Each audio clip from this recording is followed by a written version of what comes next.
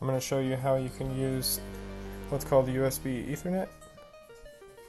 It'll allow you to get internet access on a device if you don't have a Ethernet cord plugged in and you don't have a Wi-Fi adapter hooked up. So I'm plugging in an Android phone to the USB port.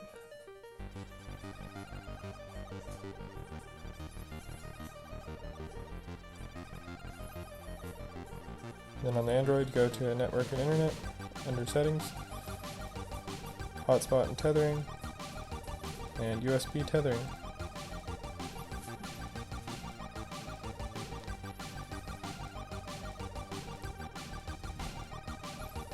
FreeBSD will detect the phones plugged in and the USB Ethernet adapters available. You can verify with D message.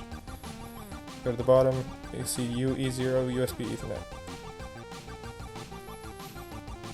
So you choose DH client on UE0 and you're connected. You can verify with ping and we're connected to the internet. That's it. Thanks for watching. Have a great day.